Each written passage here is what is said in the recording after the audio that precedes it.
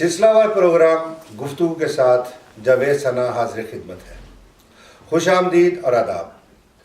اس programme میں مختلف موضوعات کو مختلف مہمانوں اور میزبانوں کی کاوش سے پیش کیا جاتا ہے، جس میں آج کا موضوع ہے خود پسند شادیاں یا بڑوں کی مرتب۔ پروگرام کا آغاز مہمانوں کے تعارف سے کرتے ہیں اور میری بائیں طرف تشریف فرما ہیں علی صاحب، شیخ شفقت صاحب اور محمد سرور صاحب۔ آپ کا تعلق روٹردام سے ہے اور میں شروع کرتا ہوں جناب شیخ صاحب سے۔ شیخ صاحب، آج کا ٹاپک جو ہے اس میں ہم یہ دیکھ رہے ہیں کہ خود پسند شادی یا کہ والدین کی مرتب۔ پہلے تو ہم یہ ڈیفائن کرتے ہیں اس میں فرق کیا ہے؟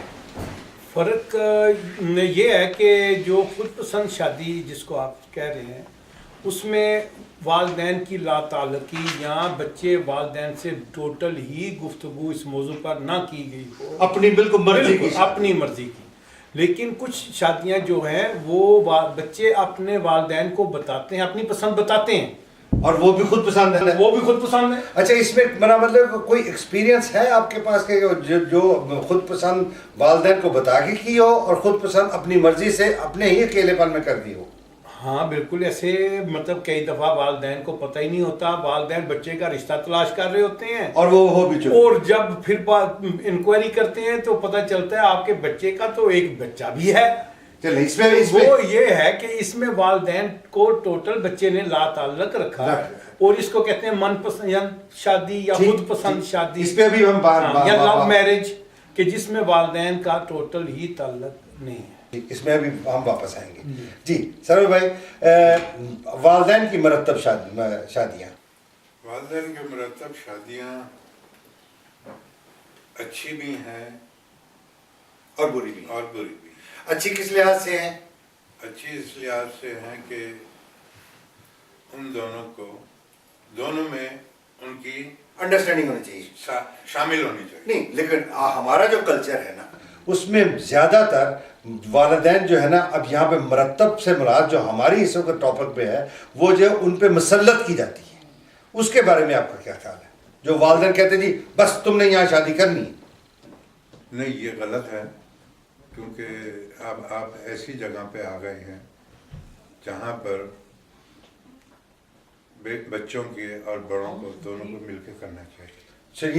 انہوں نے آپس میں، اس کا مطلب ہے کہ آپ کی بات سے یہ ظاہر ہوا کہ اگر والدین مسلط کریں تو وہ درست نہیں ہے۔ وہ درست نہیں۔ جی سرور صاحب، جی آپ یہ بتائیں کہ جو لوگ لو میرج کرتے ہیں جی تو یہ کیا اس کو آپ ایک اچھا فیل کہیں گے؟ اس کو کس طریقے سے آپ اس کو سوچیں گے؟ سر جی، جہاں تک لو کا تعلق ہے، لو کرنا کوئی گناہ نہیں ہے۔ ٹھیک ہے، ہمیں اسلام بھی چیز کی اجازت دیتا ہے کہ آپ ایک دوسرے کو پسند کریں، لیکن اس کے کچھ حدود ہیں میرے حساب سے۔ جیسے کلچر کا حصہ لے لیں آپ، یہاں پہ آ کے پرابلمس پیدا ہوتی ہیں۔ میرا جہاں تک اپنی ذاتی ایکسپیرینس کا تعلق ہے، میں اس کے حق میں ہوں کہ جو بھی شادی کی جائے والدین کی رضامندی، ان کی مرضی سے اور ضروری نہیں کہ 100% کی رضامندی ہو، اس میں اس بیٹی یا اس بیٹے کا شامل ہونا بہت ضروری ہے۔ نہیں، شامل تو حضور ہر حالت میں ہوگی۔ ہاں، بات ہے جیسے بھی شیخ صاحب نے کہا کہ کچھ بچے ایسے ہیں جو کر لیتے ہیں، بعد میں پتہ لگتا ہے۔ تو کیا آپ کو ایسے کسی واقعے کو جانتے ہیں؟ ہاں کچھ ہیں ایسے واقعات، یعنی یہ کوئی مطلب سنی سنائی بات نہیں، جیسے شیخ صاحب نے کہا انہوں نے بھی دیکھا، آپ نے بھی بالکل ایگزیکٹلی ایسی بے بچا مثالیں۔ شیخ صاحب نے جو بنا مطلب کہ جو واقعہ بتایا یہ تو انتہا کا واقعہ ہو۔ میں ان کے ساتھ بالکل متفق ہوں، ایسے واقعات ہو رہے ہیں۔ اور یہ ہے اصل میں کچھ سچویشن ایسی ہے کہ یہاں پر والدین کو ہمیشہ بچوں کے رہنمائی کے لیے اپنے آپ کو سامنے رکھنا چاہیے، اور جو جس ماحول میں رہ رہے ہیں کوئی ضروری نہیں کہ بچہ 28 29 30 سال کی عمر میں ہی شادی کے قابل ہو۔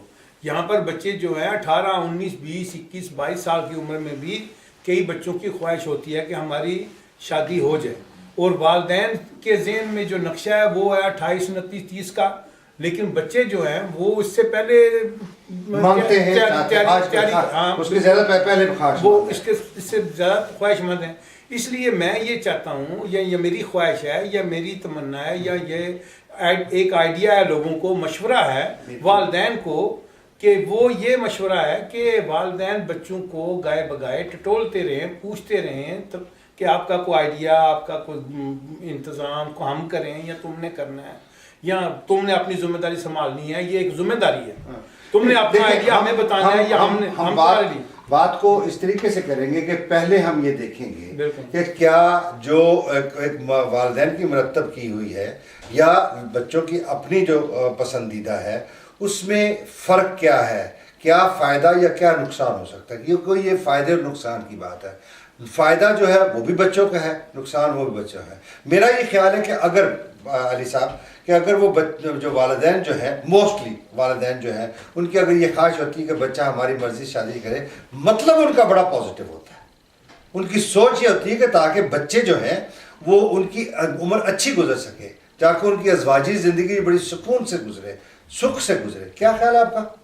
دیکھیں، یہ تو ہر ماں باپ سوچتا ہے کہ اس کے بچوں کی زندگی اچھی گزرے اور سکون سے گزرے، لیکن اس میں دونوں کا برابر ہونا، دونوں کی سوچ جو ہے دونوں کی سوچ تو ڈیفینیٹلی ہوگی. لیکن دیکھیں نا، اب یہ جو چیز ہے، میرا جو اس وقت جو سوال تھا وہ یہ ہے کہ والدین جو اس بات کو سوچتے ہیں، اس لیے ان کا اکثر والدین میں نے کہا ہے اس لیے سوچتے ہیں کہ وہ اس چیز کا فکر مند ہوتے ہیں کہ میری جو اولاد جو ہے ان کی ازواجی زندگی اچھی گزر سکے. کیوں جی خیال صاحب؟